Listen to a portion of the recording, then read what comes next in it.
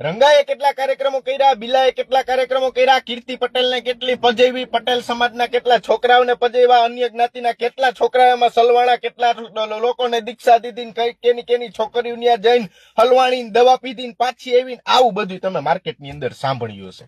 બરોબર ને ભાવેશભાઈ કોયાણી? પણ ઈ અલગ વસ્તુ છે. હું તમને કહું, આ રંગાબીલાનું એક નવું નજરાણું આવ્યું મારી પાસે. આ 1008 કેમ થાય બધાય?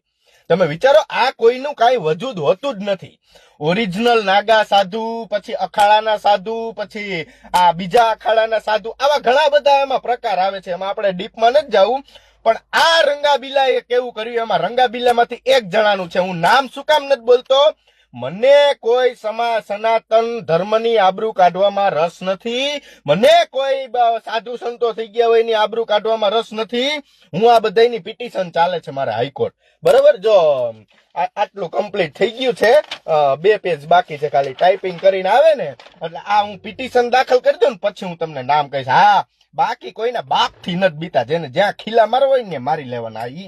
આ ભલામણું ના ફોન કરાવીને તમારે એમ નહીં કહેવાનું કે બનિયાને કહી દો, નકર બનિયાની છઠ્ઠી અભળાઈ જાય. આવી છઠ્ઠી અભળાવીને કતરાય વયા ગયા.